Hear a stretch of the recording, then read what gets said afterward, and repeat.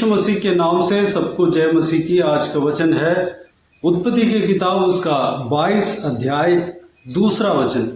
उसने कहा अपने पुत्र को अर्थात अपने एकलौते पुत्र इसहाक को जिससे तू प्रेम रखता है संग लेकर मोरिया देश में चला जा और वहां उसको एक पहाड़ के ऊपर जो मैं तुझे बताऊंगा होम बलि करके चढ़ा। मेरे प्रियो, कल के दिन में जो वचन था वह उत्पत्ति की किताब 23 अध्याय 11 वचन था। माफ कीजिएगा, गलती से मैं 22 अध्याय 11 वचन कह दिया। वह वचन 23 अध्याय उसका 11 वचन था। आज का वचन 22 अध्याय 2 वचन है। इस वचन में परमेश्वर अब्राहम जो परमेश्वर के दास था उनको परीक्षा देते हुए यहाँ पर हम देख सकते हैं। अब्राहम से परमेश्वर कहते हैं कि अपने एकलौते पुत्र को मोरिया नामक पहाड़ पर लेकर जा और मेरे लिए होम बलि चढ़ा। होम बलि यानी कि बलि करके, जिस तरह उस जमाने में भेड़ बकरियों को और जानवरों को, गाय इस तरह की जानवरों को बलि करते थे, बलि चढ़ाते थे और उसको जलाते थे। वह यह बलि जो है परमेश्वर को आराधना करने का एक रास्ता है, आराधना करने का तरीका है और उस आराधना को सुखदायक सुगंध करके परमेश्वर ग्रहण करता है। इस तरह की बलिदान पहले के जमाने में पुराना नियम में यानी कि प्रभु यीशु मसीह का जन्म होने से पहले इस तरह की बलिदान किया करते थे। परमेश्वर अब्राहम से कहता है कि अपना पुत्र को जिस तरह जानवर को बलि करते हैं उस तरह बलि चढ़ा। यह परीक्षा इसलिए परमेश्वर देता है कि अब्राहम परमेश्वर के लिए कितना सैक्रिफाइस कर सकता है, कितना त्याग दे सकता है। क्या अपने एकलौते पुत्र को मेरे से ज्यादा प्रेम करता है या पुत्र से ज्यादा मेरे ऊपर प्रेम रखता है? इस तरह परमेश्वर एक इस विषय को जांचने के लिए यह परीक्षा देता है। इससे पहले का वचनों में जब हम देखते हैं तो अब्राहम इस एकलौते पुत्र को, उनका एकलौते पुत्र जो वाचा का पुत्र था इसहाक, उसको परमेश्वर की ओर से पाया। परमेश्वर ने उस पुत्र के लिए वाचा दिया, 75 साल के उम्र में वाचा दिया और वो वाचा, वो प्रतिज्ञा जो है बार बार कंफर्म किया गया, परमेश्वर की ओर से कंफर्म किया गया, दृढ़ किया गया और 99 साल में अब्राहम और सारा के बीच में इसहाक जन्म हुआ। वह परमेश्वर की ओर से वाचा का संतान था।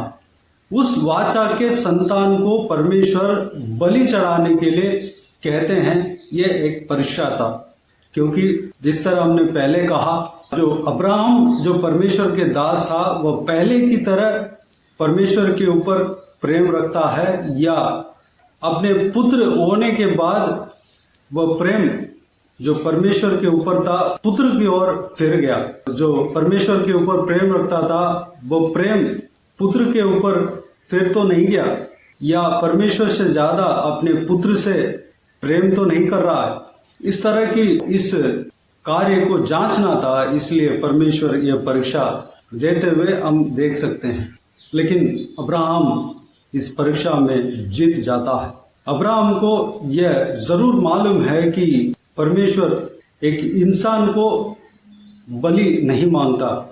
इंसान का बलि जो है परमेश्वर कभी नहीं चाहता। इंसान का लहू जो है पाप बलि के लिए सिर्फ अपने पुत्र प्रभु यीशु मसीह के अलावा किसी का लहू को परमेश्वर ने नहीं मांगा। दूसरी बात है, अब्राहम परमेश्वर के लिए कुछ भी त्याग देने के लिए तैयार था। अपने पुत्र क्यों ना हो, अपने धन संपत्ति क्यों ना हो, अपने परिवार क्यों ना हो, क्योंकि परमेश्वर के ऊपर इतना ज्यादा प्रेम रखता था, विश्वास रखता था। परमेश्वर जो बोलता है उसको करने का साहस रखता था, करने का मन रखता था, इसलिए परमेश्वर से इतना सारा आशीष पाया। मेरे प्रियो, अब्राहम की तरह हमें भी मन रखना चाहिए। परमेश्वर हमारे लिए बुरा नहीं सोचता।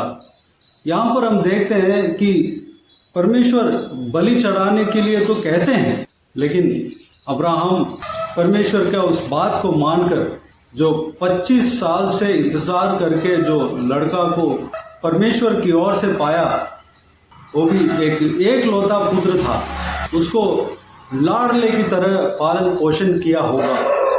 उस पुत्र को भी त्याग देने के लिए, परमेश्वर के लिए उस पुत्र को भी छोड़ने के लिए तैयार हो गया। उस त्याग को परमेश्वर देखा, बहुत से आशीष पाया। आगे जो वचन अगर हम पढ़ते हैं तो परमेश्वर इसहाक को बलि चढ़ाने नहीं दिया। जब बलि चढ़ाने के लिए मोरिया पर्वत पर जाकर लकड़ी को फैलाकर उसके ऊपर अपने बेटे को लिटाकर जब बलि चढ़ाने के लिए तैयार हुआ, तब परमेश्वर ने अब्राहम को रोक दिया, क्योंकि परमेश्वर इस तरह कहता है, जब अब्राहम बलि चढ़ाने जा रहा था तब परमेश्वर इस तरह कहता है। उस वचन को हम इसी अध्याय में 11 वचन और 12 वचन में देख सकते हैं। तब यहोवा के दूत ने स्वर्ग से उसको पुकार के कहा, ए अब्राहम, ए अब्राहम। उसने कहा, देख मैं यहाँ हूँ। उसने कहा, उस लड़के पर हाथ मत बढ़ा और न उससे कुछ कर, क्योंकि तूने जो मुझसे अपने पुत्र वरन अपने एकलौते पुत्र को भी नहीं रख छोड़ा, इससे मैं अब जान गया कि तू परमेश्वर का भय मानता है। इस तरह परमेश्वर अब्राहम के जो दीन होने का गुण था, परमेश्वर का भय मानने का गुण था, उनको देखकर परमेश्वर प्रसन्न हुआ। और इसके आगे जब हम पढ़ते हैं तो परमेश्वर बहुतायत से अब्राहम को आशीष देता है। मेरे प्रियो, परमेश्वर हम जिस वस्तु से या जिस लोगों से प्रसन्न करते हैं उनसे हमें अलग करना नहीं चाहता, बल्कि परमेश्वर यह चाहता है कि सबसे पहला स्थान परमेश्वर को दे। यही परमेश्वर चाहता है। नया नियम में परमेश्वर प्रभु यीशु इस तरह कहते हैं कि अगर परमेश्वर के लिए, परमेश्वर के राज्य के लिए अपने पत्नी को, अपने बच्चों को, अपने भाई बहनों को, अपने घरानों को, अपने सारे वस्तु को छोड़ के जो जाता है, वो व्यक्ति इस संसार में 100 गुना वापस पाएगा। यानी कि बीवी बच्चे, उनका अच्छी तरह रिश्ता मजबूत होगा और जो कुछ भी संपत्ति, धन संपत्ति परमेश्वर के लिए छोड़ा है, वह 100 गुना हमें वापस मिलेगा। साथ ही साथ अनंत जीवन भी हमें मिलेगा।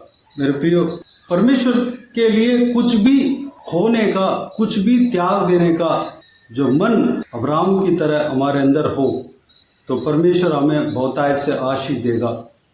परमेश्वर हमें यूं ही अकेला रखना नहीं चाहता और गरीबी में रखना नहीं चाहता या कंगाल में रखना नहीं चाहता, या हमसे छीनने वाला परमेश्वर नहीं है, बल्कि हमें देने वाला परमेश्वर है। वो परीक्षा देते हैं, इसलिए परीक्षा देते हैं कि परमेश्वर से ज़्यादा किसी वस्तु से हमें जो लालच, लोभ तो नहीं है। ये परमेश्वर जानना चाहते हैं हमारा त्याग किस तरह का है। परमेश्वर का वचन कहता है, परमेश्वर से ज़्यादा हमें प्रेम किसी के ऊपर नहीं रखना चाहिए। सबसे पहले परमेश्वर को हमें रखना चाहिए। प्रभु यीशु कहते हैं कि मैं मेल कराने नहीं आया, बल्कि सास और बहू के बीच और माता और बेटों के बीच, माता पिता और बेटे बेटियों के बीच और भाई बहनों के बीच फूट डालने आया हूँ। परमेश्वर प्रभु यीशु मसीह जो कहते हैं इस विषय के बारे में, उस वचन को हम मत्ती रचित सुसमाचार उसका 10 अध्याय 34 और 35 वचन में हम देख सकते हैं। उस वचनों को मैं पढ़ना चाहूँगा। यह न समझो कि मैं पृथ्वी पर मिलाप कराने आया हूँ। मैं मिलाप कराने नहीं, पर तलवार चलवाने आया हूँ। मैं तो आया हूँ कि मनुष्य को उसके पिता से और बेटी को उसकी माँ से और बहू को उसकी सास से अलग कर दूं। मेरे प्रियो, इसका मतलब है कि मनुष्य को अपने घराने से अलग करना, यानी कि सबसे पहले प्रभु यीशु को जगह देना है। उसके बाद जो कोई भी हमारे साथ हम चाहते हैं उनको जगह देना है। अगर एक मनुष्य अपने पिता से, प्रभु यीशु मसीह से ज़्यादा प्यार करते हैं, प्रेम रखते हैं, तो उसके बीच में प्रभु यीशु को रखना है। यही परमेश्वर प्रभु यीशु कहते हैं। सबसे पहले प्रभु यीशु को हमें जगह देना है, उसके बाद अपने पिता को। अगर हम माँ से प्रेम रखते हैं तो यीशु से ज़्यादा नहीं, सबसे पहले हमें माँ से प्रेम तो रखना है, लेकिन सबसे पहले हमें यीशु से प्रेम रखना है, उसके बाद माँ से प्रेम रखना है। बहू को उस अपनी सास से प्रेम होना चाहिए, लेकिन सबसे पहले प्रभु यीशु को जगह देना चाहिए, उसके बाद सास से प्रेम रखना चाहिए। यानी कि एक परिवार में एक दूसरे से प्रेम होना चाहिए, लेकिन सबसे पहले परिवार में प्रभु यीशु को रखना है। सबसे ज़्यादा प्रेम प्रभु यीशु से करना है, परमेश्वर से करना है। यह परमेश्वर का वचन कहता है। प्रभु यीशु इस विषय को कहते हैं। अब्राहम को इसी विषय में परीक्षा मिलते हुए हम देख सकते हैं। मेरे प्रियो, हम किसके ऊपर ज़्यादा प्रेम रखते हैं?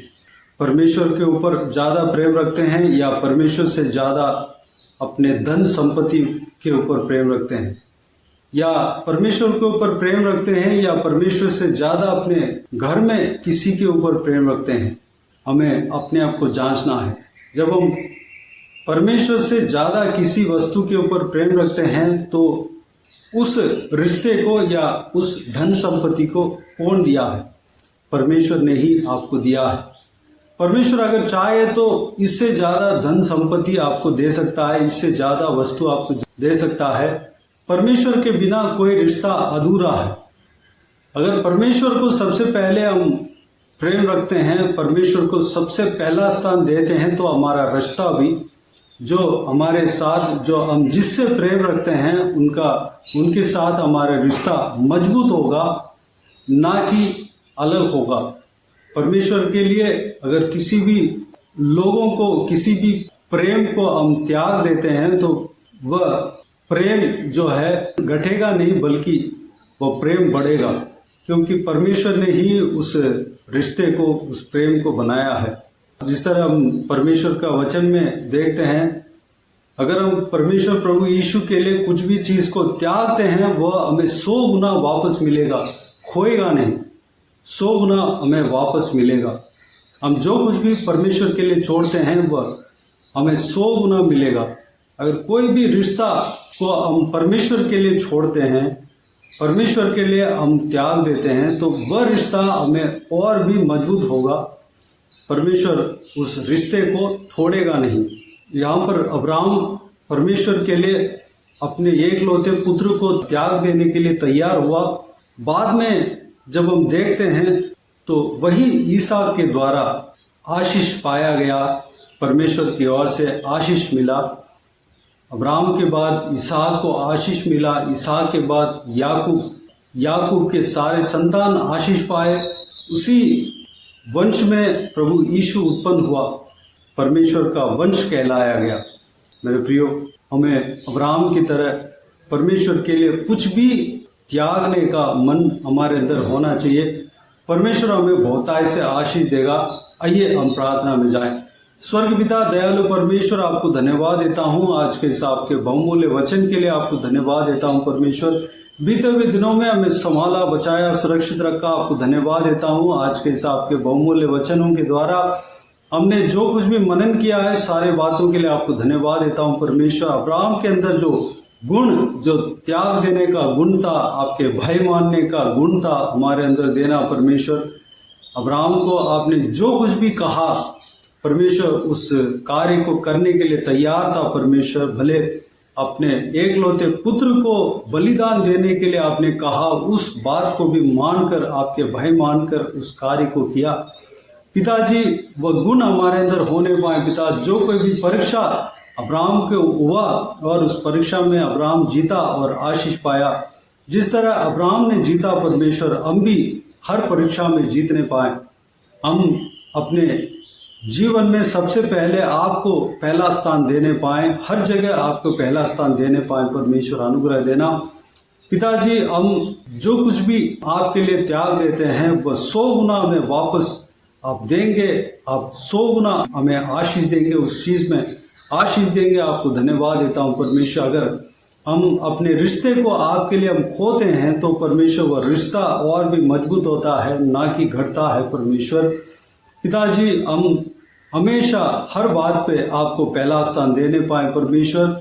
हम कलीसिया के संगति में, प्रार्थना में और आपके बहुमूल्य वचन को पढ़ने में, मनन करने में पहला स्थान देने पाए, आपका कार्य में हम पहला स्थान देने पाए, परमेश्वर अनुग्रह देना। पिताजी, हमें और भी आत्मिक जीवन में आगे बढ़ने के लिए अनुग्रह देना, आत्मिक उन्नति देना परमेश्वर। धन्यवाद देता हूँ परमेश्वर। हर एक परिवार, जो कोई भी जन इस वीडियो को देखते हैं, उन सभी को आशीष देना, उनका परिवार को आशीष देना, संभालना, सबको बहुतायत से आशीष देना पिता। किसी को भी कोई भी कमी घटी ना होने देना, भरपूर आशीष देना परमेश्वर। परिवार के साथ आपको सेवा करने के लिए अनुग्रह देना परमेश्वर, आपको खोजने पाए परमेश्वर, कुछ भी त्याग देने का मन उनके अंदर देना परमेश्वर। धन्यवाद देता हूँ पिता।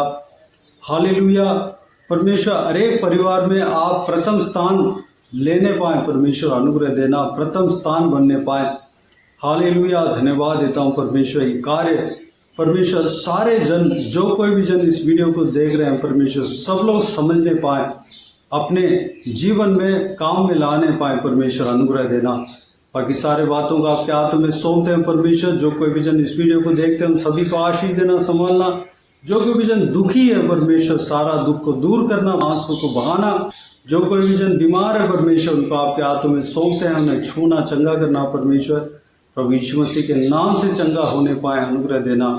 हालेलुया। धन्यवाद देता हूँ। बाकी सारे बातों को आपके हाथों में सौंपते हैं पिता। जो जहाँ कहीं भी जाते हैं आते हैं, व्यूअर्स में से जो कोई भी जन जहाँ कहीं भी जाते हैं आते हैं, हर एक जन के ऊपर आपके हाथ हमेशा बने रहने पाए। बच्चों को सुरक्षित रखना, महिलाओं को सुरक्षित रखना, बुराई से बचाना, दुष्ट लोगों से बचाना, सुरक्षित रखना पिता। दुष्ट कार्य से बचाना, दुष्ट शैतान से बचाना परमेश्वर, सुरक्षित रखना। कोई भी दुष्ट अंधकार की शक्ति उनके नज़दीक नहीं आने पाए, उनके घर के नज़दीक नहीं आने पाए, अनुग्रह देना। हालेलुया। बाकी सारे बातों को आपके हाथों में सौंपते हैं। सारा आदर, महिमा, जलाल आपको मिलते रहे। सारा दुआ प्रार्थना को प्रभु यीशु मसीह के नाम से मांगते हैं, सुन और ग्रहण कर। आमीन आमीन। प्रभु यीशु मसीह के नाम से प्रभु यीशु मसीह का आशीष और अनुग्रह हम सभी के ऊपर बने रहें। आमीन आमीन। मेरे प्रियो, इस चैनल को सब्सक्राइब करें और शेयर करें। अगर किसी को भी प्रार्थना का विषय हो तो डिस्क्रिप्शन में दिए हुए नंबर पर कॉल करके प्रार्थना करा सकते हैं, हम आपके लिए प्रार्थना करेंगे। आप अपने व्यक्तिगत प्रार्थना में हमारे लिए प्रार्थना कीजिए, सेवकाई के लिए, सेवकाई का उन्नति के लिए, सेवकाई में जुड़े हुए हर एक जन के लिए, हर एक आत्मिक उन्नति के लिए, तरक्की के लिए, आत्मिक आशीष के लिए, संसारिक आशीष के लिए, पारिवारिक आशीष के लिए प्रार्थना करें। प्रभु यीशु आप सबको आशीष दे। इस सेवकाई के द्वारा परमेश्वर आपके जीवन में कार्य किया हो वो भी बता सकते हैं, ताकि हम सब मिलकर परमेश्वर को धन्यवाद दे सके, महिमा कर सके। प्रभु यीशु आप सबको आशीष दे। आमीन आमीन।